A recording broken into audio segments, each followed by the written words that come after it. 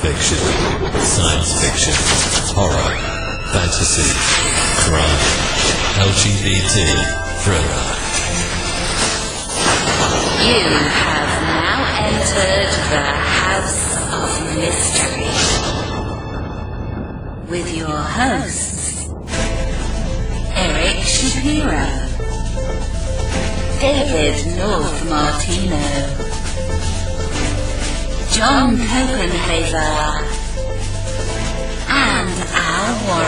Heard on KCO 106.5 FM Los Angeles, 102.3 FM Riverside, and 105.0 AM Palm Springs. Welcome back into the House of Mystery. I'm Al Warren. Mr. Dave Martino is fighting his way through the smoke. Smoke. Oh. Oh, you big sissy. Canadian smoke. Big sissy. You know, you're blaming everything on Canada. Everything. You That's know, right. I'm Canadian and they blame everything on me. They call me a leftist, a socialist. My God. Tucker's going to be blaming this on me like he did the last thing. It's all your fault, Al. Yeah. Tucker All on your fault. Tucker on Twitter is going to be talking about me. That's No, right. He won't. I'm too small for that. Yeah. He's got a shorter time span. So anyway. Well, so after the smoke, we're going to be talking about smoke. No, we're going to be talking about a new book called Death's Pale Flags. We have the author here, and he's going to tell us all sorts of secrets. So Mr. Gary Simonds, thank you for being here. Thank you so very much for having me. Well, so Gary, I have to say, I really noticed that you are really a brain surgeon too, aren't you? Yes, I suppose so. No, this is a medical thriller, and it involves a brain surgeon, but that's also what you did for a living, correct? That is correct. So is writing harder than brain surgery? Well, that's an interesting question. I used to say, or I still say, I think you can basically teach anybody brain surgery if you have enough time. It takes, it's more a time investment and a work investment than anything else. Writing isn't easy, at least decent writing, and I'm not even sure if I can be considered guilty of decent writing, but I do know I've rewritten what I've written a billion times, and I guess you only get one shot at it with each patient in brain surgery. Yeah, it's not like you get to redo it, I guess. I don't know. Every once in a while. Yeah. Now, I noticed in your earlier books you were talking about, the range of topics of, burnout and education and ethics, neurosurgery, neuroscience, healthcare, like all these things were in one. And now you've gone into a medical thriller or ghost thriller, as it's called. Why the change? Well, the original books really all circled around the concept, the world of burnout, because I was noticing a lot of burnout around me, and I'd probably be disingenuous to say I didn't notice it within me. But anyway, there's plenty of burnout to be had out in the medical world, and we studied it for quite a while and wrote several books on it. And it does creep into the novel, but really what I wanted to do with the novel throughout my career, I kept thinking, geez, people would probably like to know more about what's going on here, behind the doors in the actual operating rooms, what we actually do in our world. And there's actually a couple of, or a few, pretty decent books about neurosurgery and brain surgery out there, but they're all nonfiction, and they kind of get a little bit didactic.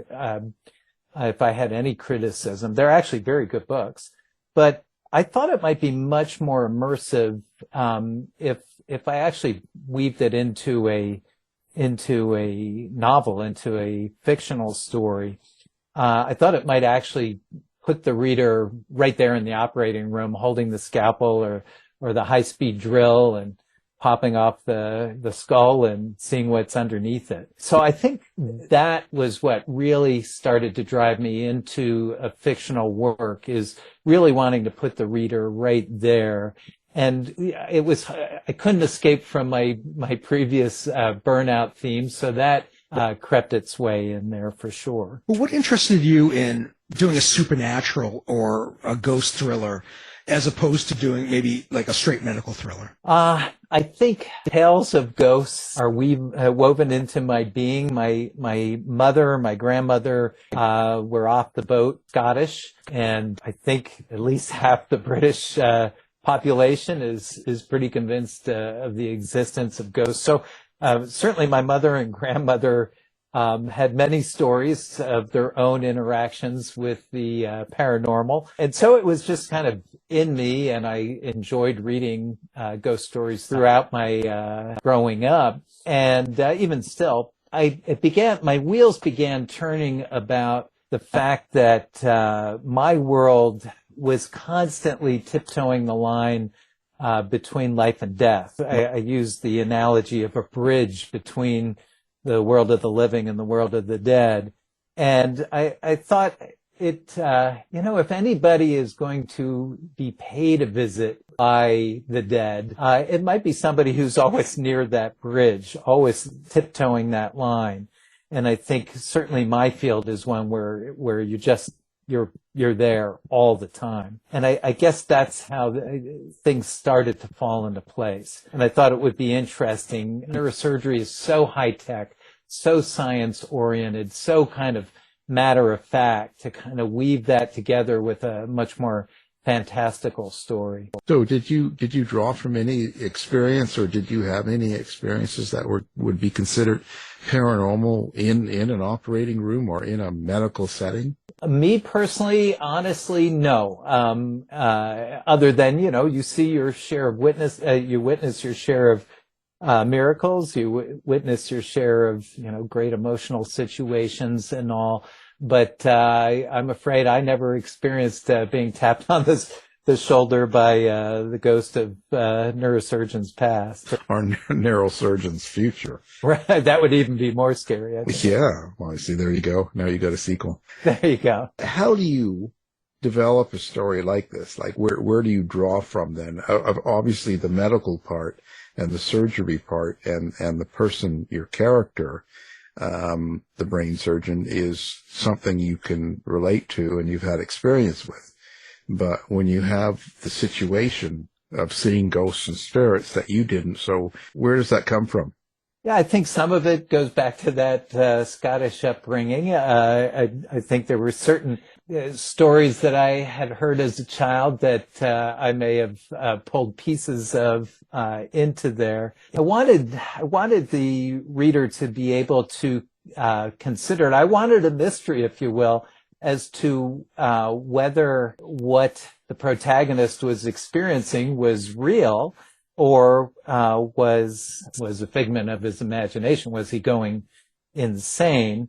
So that was part of it. And I began thinking as well, what really is more scary, the paranormal of these ghosts, or really the normal? So I tried to juxtapose each sighting with some fairly horrible stuff that was occurring in the hospital. You want to tell us any hospital names that you know? So your main character, Ryan Brenan, who is he, and how did you create that character? Is that really you, or is it a part of you? Yeah, I think he's a much better person than I am. Part of his flaw is that he's so deeply invested that he loses track on everything else. And the things that make his life worth living, that's his family and his friends who work real hard to pull him back from the edge, because whether the ghosts are real or not, he's definitely losing it. And he's due for a real crash. How did I create his being? Are there elements of me in there? Of course, probably the less savory ones. But I've met, so many tremendous people in medicine through the years that I think I pulled pieces out of many.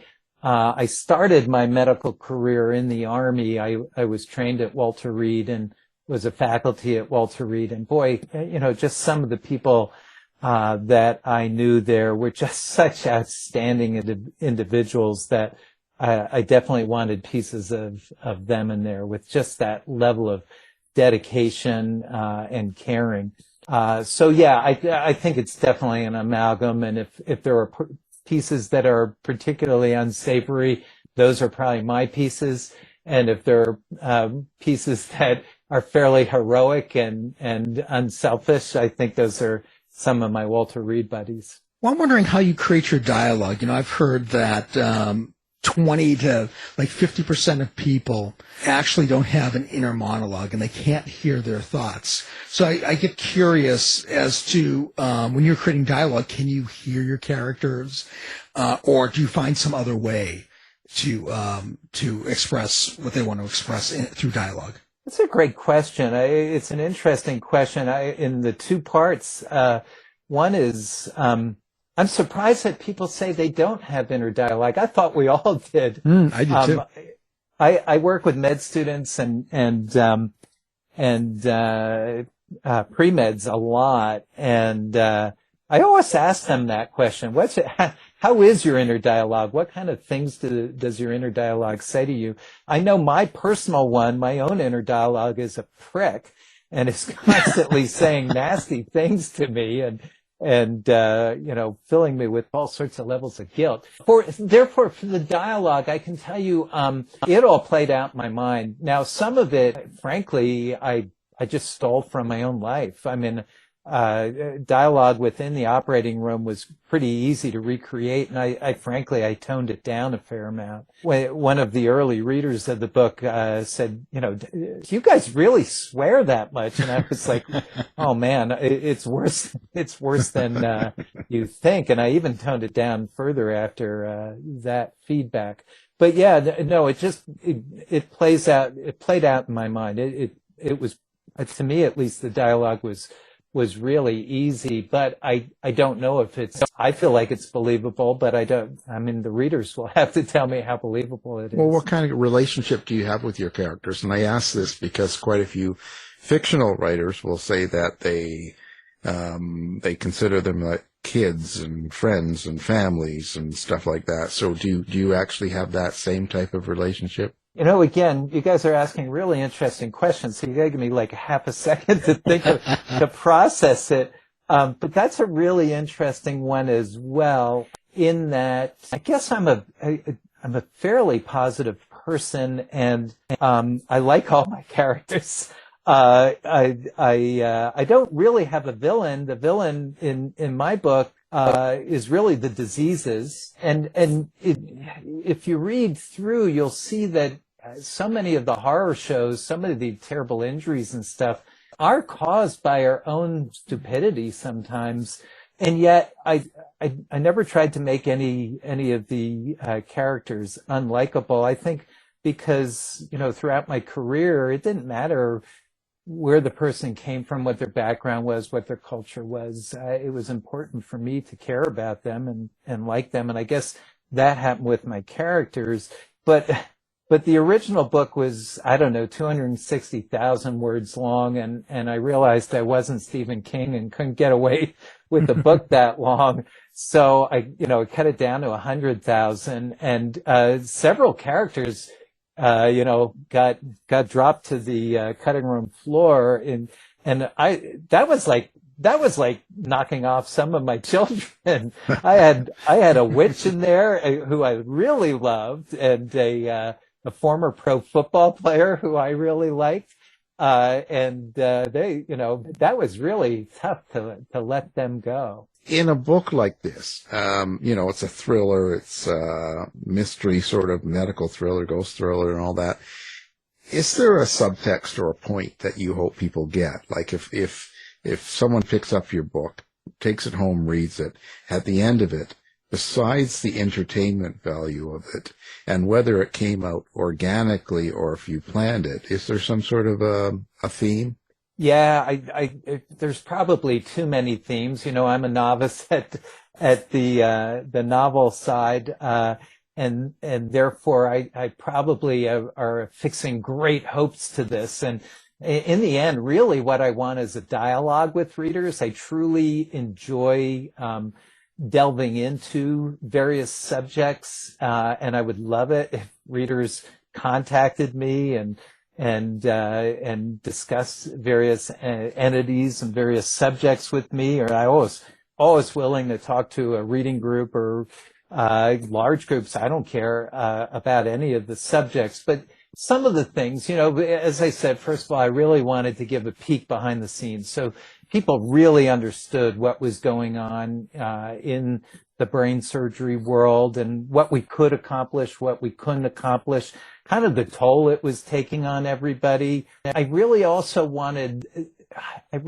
to portray the fragility of life, just how darn easy it was for somebody to go, from being a living, viable being to inanimate flesh, and therefore really, get across the sense that we ought to be cherishing what we have in life and the loved ones around us.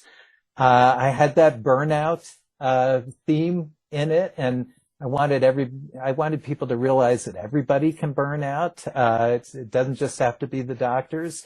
That we live in a hyper complex world anymore, and the stresses are there for everybody. I wanted really to get across something that I felt every day there, and that was the bravery and the grace of the patients. But not only the patients, half the time my patients were in coma, it's the families going through these horrible situations, and just how darn brave and graceful they were.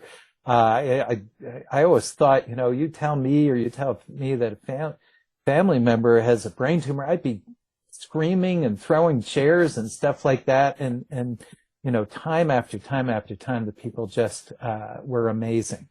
And just inspirational. It's pretty much kind of some of the fuel that allows you to keep going, because you're just stunned by again the humanity, I guess, of it all. And then I guess I also wanted to play a little with that interface between the hyper scientific and kind of the more fantastical.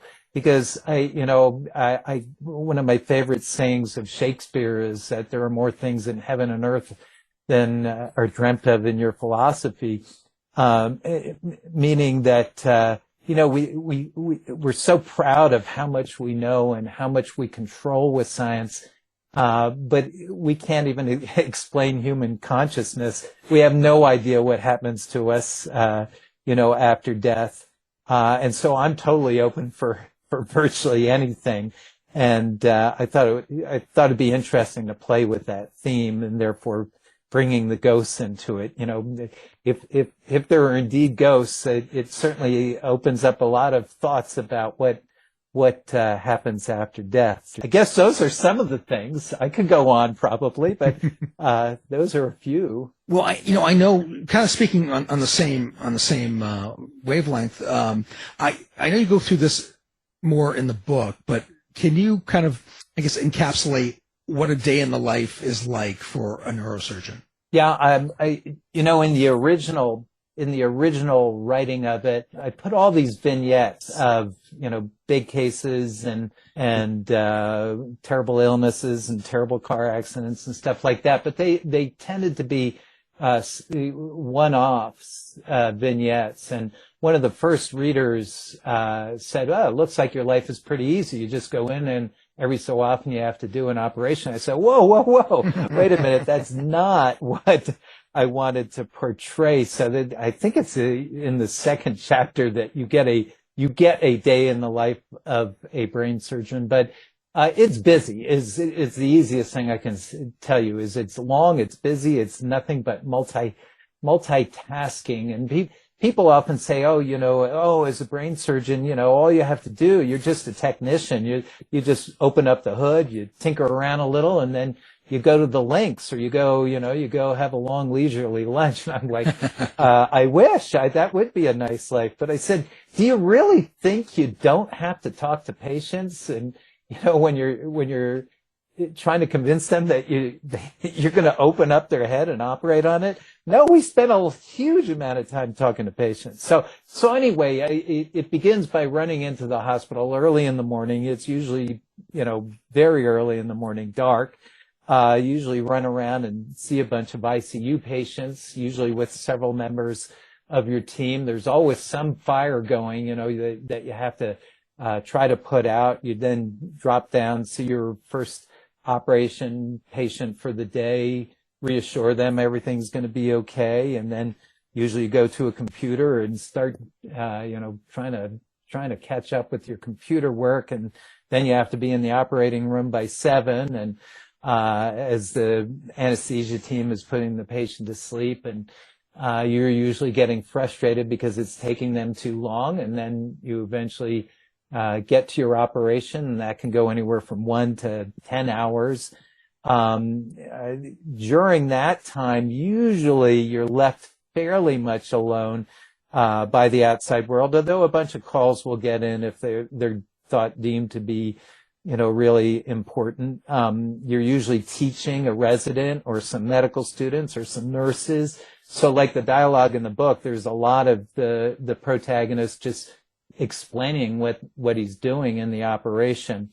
But then the minute you step out of the operating room, it's like the world can sense it. Your phone starts going, people are grabbing you, and you just get this multitasking of a million questions at once, usually as you're running around the hospital seeing one patient after another. And usually that'll go on for about an hour, and then you go into your next operation, and you usually will do anywhere from 2 to 4 operations in a day. All the time in between running, talking to patients, talking to families, seeing the latest coma patient, and then eventually sometime in the evening, you say, all right, enough is enough. I got to get out of here. And you leave, and you always leave feeling like there's a lot of work left undone. And that would be a typical day. Wow. What about the cocktail lunches and all that? I want to go. I want to be in Germany where you stop and have a couple steins of beer in between. I don't know if it's apocryphal. They talk about, being in the middle of an operation and putting a bunch of wet sponges, over the wound and stopping and having lunch, including a beer. I don't know if that's true or not, but that definitely wasn't our world. Lunch was usually about 5 minutes long, and you would just kind of inhale it and then run off. And I'm trying not to play a sad violin, accompanied story. It's just the way it was. Yeah, he had to shoot those martinis down. Yeah. no lounging. I think THC gummies probably would have worked a lot better. Well, there you have it. Now you know. Did you have to do a lot of research for any of these things, like maybe some of the ghosts that you were writing about, or some of the things that were in this? Or was it just all from you? A lot of it was from me. I did kind of read up a bunch of ghost stories. I read up, about, mostly it was more in the psychiatric and psychology world, to make sure I wasn't, stepping way out of bounds, because the big question on the protagonist is he going insane? And so I didn't, or is this a neurological illness? So I didn't want to make it so far-fetched. I guess when I was writing it, one of the problems I had was I wanted to make it very digestible for a non-medical person. And then I kept getting this feeling of, oh my God, what if a neurologist reads this? They're going to say, that's ridiculous. Or if a psychiatrist read it and said, holy Christmas, Simonds, what the heck is that? That's just out of line. Kind of every so often would stop and say, oh, geez, I better check that, this is at least plausible in the psychiatric or neurology world. And I think I kept it there, but they might argue. Yeah. And then there's some marital strife that goes on. So I read a bunch of articles on marital strife, but the neurosurgery I had kind of down. Well, we have your psychiatrist on the line. No, so now in the medical world where you worked, was there a large belief in afterlife or ghosts, or was it really a scientific orientated community. Of course it was, but when it comes to, like you were saying, consciousness and stuff and spirit and ghosts and all that stuff, religion, is it a pretty open community to that, or are the majority of people very just cut and dry science? There's kind of two answers to this. A huge part of my world is neuroscience. And so not only am I a neurosurgeon, but I teach neuroscience in medical school and undergrads, both at Virginia Tech now. In the neuroscience world, and when you really drill down to the true neuroscientists, mostly the PhD side of the neuroscientists, I would say there's a good deal of atheism and nihilism about anything. Once the neurons stop firing, it's all over. At least when you talk to them on a professional level. I still believe that deep down inside, it's like there are no atheists in foxholes.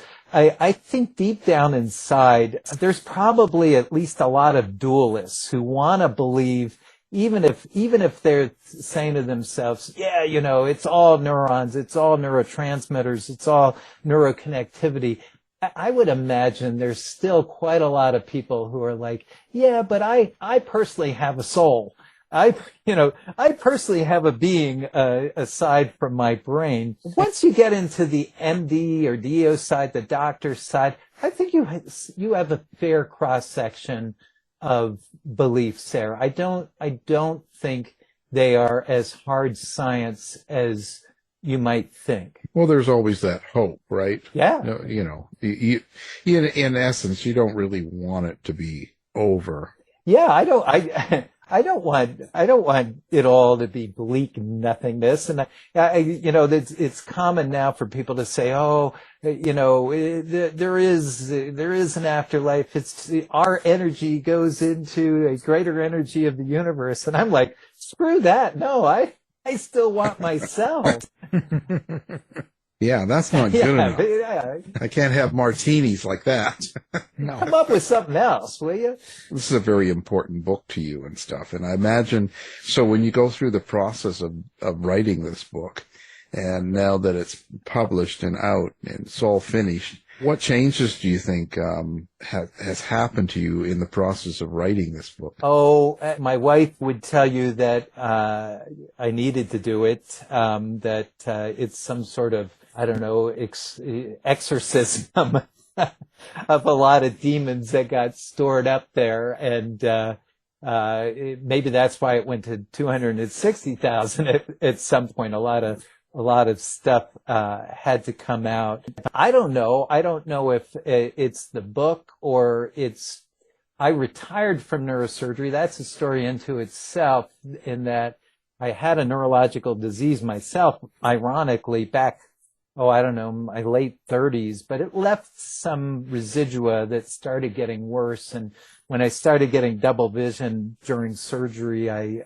said, well, that may be time to hang up the cleats. So I stopped neurosurgery, and that's when I was able to really dig into the book. I had written pieces of it before, so I don't know if it's both or one or the other, but I'm just far more emotional than I used to be. I used to be pretty hard, unlike my character, who's able to let his emotions out periodically, but I was pretty hard. I could see some pretty darn nasty stuff and then just roll into the next thing. And I think there's a necessity to that, because you have to roll into the next operation and not be all shaken up. But it's interesting. I'm much more easily touched now by humanity, by things. I'll find myself crying to a commercial, for God's sake, sometimes. So there's definitely been that transition. I think I feel lighter. I'm less intense. Sometimes my kids, my 3 kids, say they don't recognize me.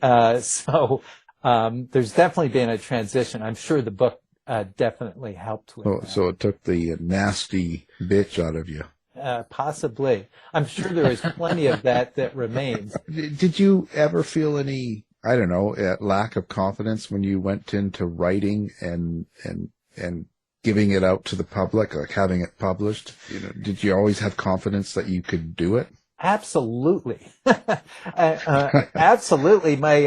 There's an interesting phenomena, again, a parallel, but most people who interface with neurosurgeons think that we're a bunch of egotists. They think that, our egos are titanic. And I would argue that you do, this is in the book too, I think. But anyway, I would argue that you need some level of ego to go in and do brain surgery and expect it to come out okay. But man, our egos get beaten to shreds, in our specialty, at least, because we have a lot of bad outcomes. The brain, the spinal cord are not very forgiving. And so they are, a lot of times they're injured beyond repair, and we're just trying to save them. But, we also inflict some damage. As a matter of fact, it's in the book, but you guys with the mysteries, and I know with your own books, there, Alan, you've looked at serial killers, but I consider us serial killers as well.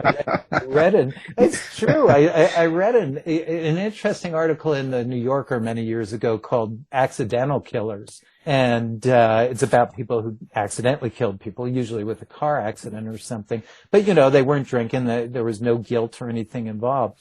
But they were wrecked by it. But, we in my business, we do kill people. We maim people, while trying obviously our best, to do their best for them. So our egos get beaten, and I would not call us egotists. I would say our egos were always in need of repair. So going into writing, writing nonfiction, I could pretty much stick with nonfiction, and so, we're just really making points there. And I've read plenty of poorly written nonfiction books that I was less worried.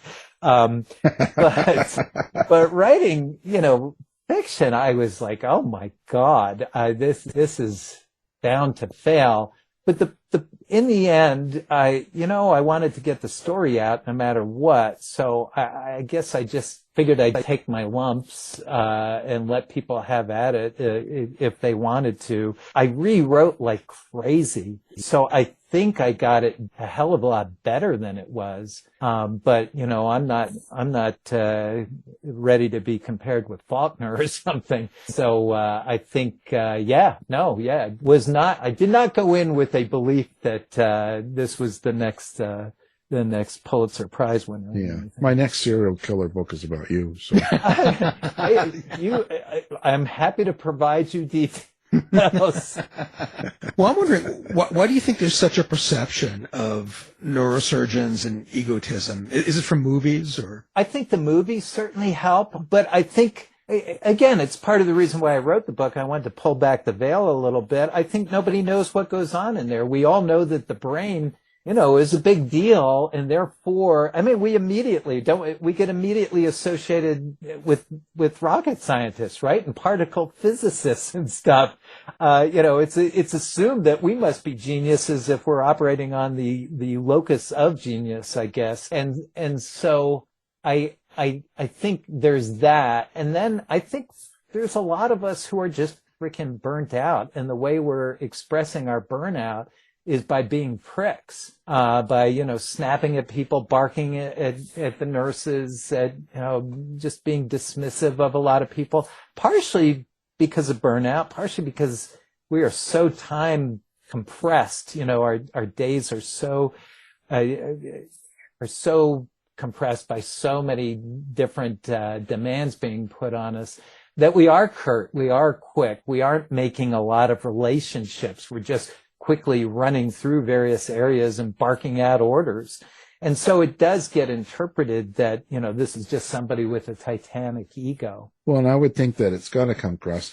If you're really time compressed, you've got to have confidence enough to do, and that's still quite a, it's got to be a lot of pressure on you to try and complete a job in something like this, because like you said, the outcome can be very, very hard. It can be very bad. So I would imagine if you didn't have confidence, which appears to be ego, then maybe that would that's maybe what people also see. Yeah, and I think, you get, I would, so many of this darn stuff you'd bring home too. But part of what was going on is you were being asked for a decision every few minutes, sometimes every few seconds. And these decisions, they had real life impact on each of these patients that they were being made for. But the residents would run up to you and say, Mr. Jones just did this. And you would just say, okay, do that.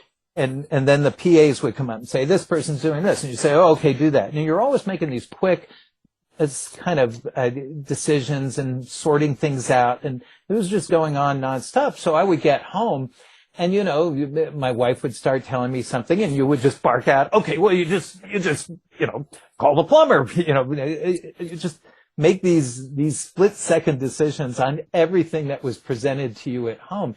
And for anybody, when I did all my studying on relations, because I didn't understand this until I did, I've been told that when your spouse wants to tell you about their day, they're not really looking for you to give decisions and commands immediately.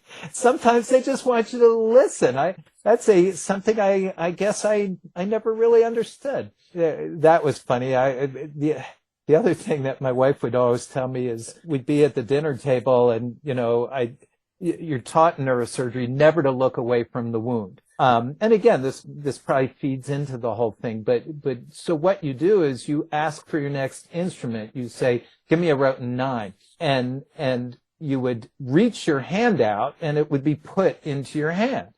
And the idea, the reason for that is not for you to be impolite. It's for you to never take your eyes off the field and lose your place, if you will.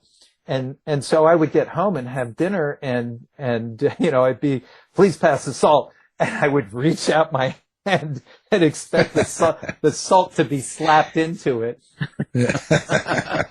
Knife, fork, exactly.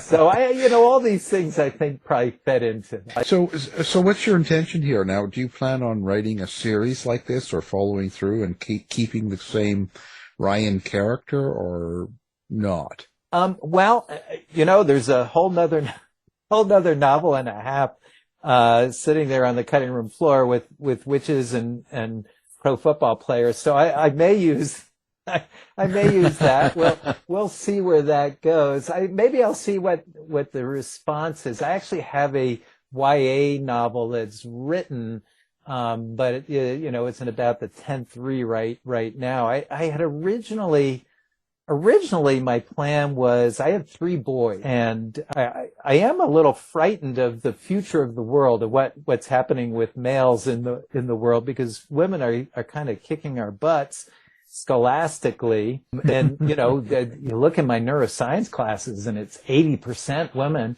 and there's nothing wrong with that. I salute it and all. But I worry about idle men. Idle men are dangerous. And so in this grand, I'm going to save the world. I thought, maybe I should write, really engrossing, YA novels that hopefully would attract boys to read.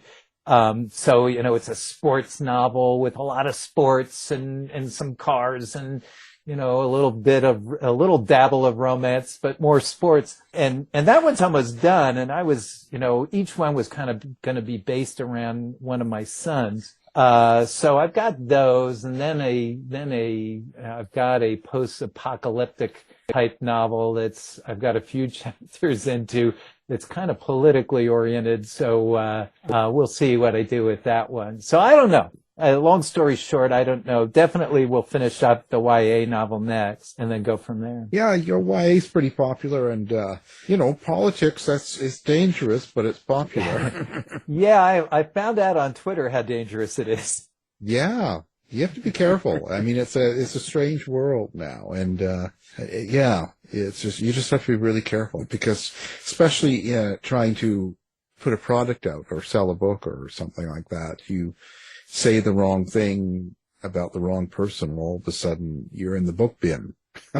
Yeah, I know. And I'm afraid it was easy to get sucked into some of the other, I started putting things in about the book and maybe one person looked at it. And if I mentioned something political, 1,000 people did, and they're all yelling at me. So, any attention, good advertising or something? I don't know. Yeah, in a sense it is, because I'll do that and get myself into trouble once in a while, but it's sort of a good thing, because a lot of people are brought to your attention, so to speak. I don't think it's a bad thing. And frankly, I think the U.S. and a lot of the world just has to get over this whole thing. You like who you like and you don't like who you like. It's craziness. Someone say, if anybody mentions Trump one way or the other, you've got this backlash, and it's kind of like, well, it's crazy. Why can't you just like and dislike what you like and dislike? Yeah, I mean, go back to the old, can't we all just get along? I mean, Yeah. I don't get it. Yeah. It really, it's frightening, actually, just at how we're at each other's throats right now. Hopefully we can de-escalate it at some point here. Right now, it's easy to blame, you guys, the Canadians. You're trying to smoke us out. No, that's that's why we're doing it. We're taking away the attention from drag queens reading in the library and Donald Trump and indictments and all the other stuff. So we're blowing smoke your way, and then you'll turn around and you'll forget everything. Well, you're literally blowing the smoke, and so we appreciate it. I did want to make one other point for you, though. Seeing you guys are, your main focus is mystery, right? Yes and no. I mean, I think that originally it was, but then, over the years, we've branched out so many ways now. Well, I was just thinking, though, that you think of almost every detective character in mystery novels, and I would argue that they're all burned out. It's, burnout is rife. It's 95% in novel detectives. Oh, yeah. Yeah. They all need to be put down. I think they all need some work on wellness and some meditation and that sort of thing. Oh, there's not too many of those detectives that would do that. Well, that's what they say about neurosurgeons, you see. Well, I've heard stories, So listen, now, have you got social media set up? Have you got a website? Have you got... how do people get a hold of Gary? I am a total novice. So, of course, I bought all sorts of books on how I'm supposed to do this. So I did set up a website. It's GaryRSimonds.com. Pretty easy. Simonds, no two M's, and there is a D in there. It's kind of spelled like Simonds, Gary R. Simonds, but GaryRSimonds.com. And it's got the fundamentals. I kind of built it myself, and that will become very evident. But it does have ways to get in touch with me, which to me is the most important thing. I really want out of this book. I would love it if people read it. I don't need to become rich from it, but I would like people to read it for sure. And what I really want them to do is think about some of the issues raised and have at it with me, if they disagree or agree, and have discussions about it. And I would discuss it with, any size group. But I also did all the other things I'm supposed to do. I did get on Twitter and then got neck deep. No, probably nose deep in politics. I do have the Facebook thing. I don't quite understand the author's side of Facebook. I have an author's page there, but I don't really know how to use that. I have the Amazon and the multiple other, book related places where I do have my pages. So I'm trying to figure out how to use all the main desire is just to connect with Well, people. we'll get you on TikTok here. How's that? I am on TikTok, and I started making videos because one of the hats I wear is I'm advising people advising pre-meds on how to get into medical school. So I started making little TikTok videos of that. So I'm even on TikTok. That's exciting. I keep telling my students I'm jiggy with it, and they don't seem to understand. They don't know what that is. That's 30 years old. Give me like I have two heads. Of course, now we're going to have all that up on the website, and everything will be good so people can find it with one click, and they don't have to worry about the spelling. You know, what can I say? That's amazing. Well, how was pandemic for you? How was this writing during the pandemic? I would imagine you had to write over some of that time to get this book out. Yes, I love the pandemic. I wish we had more of them. Every minute of it was a dream come true. No, we had the pandemic hit just after I retired from clinical neurosurgery. You know, from doing the operations. Like I said, I keep teaching, but and we moved from Roanoke, Virginia, where Virginia Tech and all that is. We moved down to Black Mountain, North Carolina. I don't know if you know the area, but it's near Asheville, North Carolina, in the mountains of North Carolina. Just a gorgeous place. And we loved the town, and we became regulars in a couple of the bars because they have a lot of good music here. It's just a great place for music. And I play the banjo and the guitar, and I'm going to learn the bagpipes soon if they keep using the leaf blowers around me. So we were really getting into the town, and we could walk in the town and all that sort of thing. And then COVID hit. And so all that stuff got shut down, which actually made it easier to write. So I had to finish up my third burnout book, a nonfiction book. So I spent some of the time doing that. And I really, again, I really was working on the YA novel. And then this book became a compulsion. And that's when it really inflated, and, you know, I just kept writing, and then rewriting, and, you know, all we could do other than that was take the dog for a walk, but even he was getting bored, you know, with the walks. So it really, it actually made it pretty easy to do a lot of compulsive writing. Well, I think it's better. We don't need to be communicating with each other or seeing each other. Humans are terrible. Dogs are better.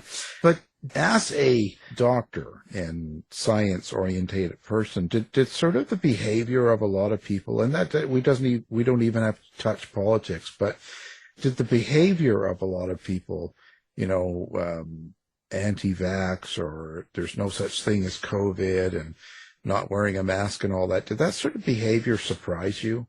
Yeah, I mean, yes, in a word. Disappoint might be more, disgust might even be another term for it. But I at least got to see the flip side. You know, I certainly have just a million friends in the medical world. I actually volunteered to go back at a couple of places. But funnily enough, they didn't want a surgeon who was seeing double, going back to surgery. But there was, you know, there was a lot of dedication, a lot of, bravery, because it was brave for people at that point. When it started, we had no idea. We had no idea if we were going to end up dead. And in my world, in my, you know, communicate on our emails, a couple of people that we knew well died of COVID. And so, you know, the initial thought was, we just had no idea how much you were wading into harm's way, by going into the hospital every day. Yet everybody did it, and they did it, you know, without, much pushback. So I got to see that side a lot. And then, you know, the fact that they came up with a vaccine in a year just blew me away. You know, again, talk about heroic efforts. I just was stunned, because I was telling my non-medical friends, yeah, I mean, it's going to be years. It's going to be years before we have anything, because that's the way it used to work.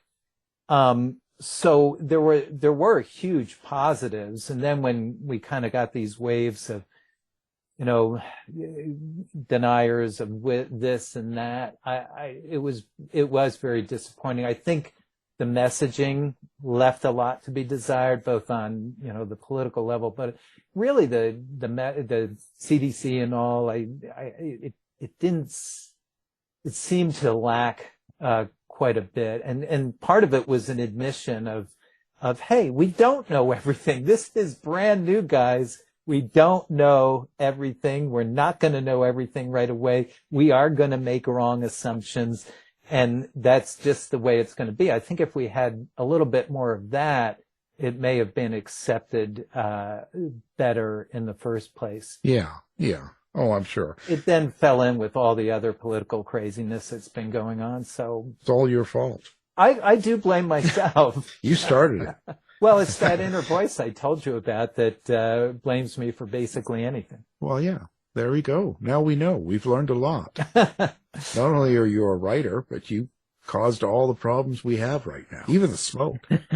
I did work in the NIH for a year way back when, so that may have been the dabbling there with all those rats. I knew it. There was something. Stop eating them. Well, anyway. Well, it's been a pleasure. So now, of course, the book is called Death's Pale Flag. And yes. It's written by our guest, Mr. Gary Simonds. So thank you for being on the show. It's my absolute delight. Your questions were fantastic. Thanks, Gary.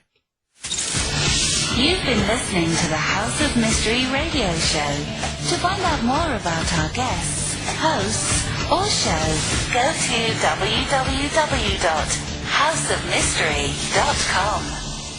Show's over for now. Was it as good for you as it was for me? Well, good night. This has been a production of Something Weird Media. I'll be back.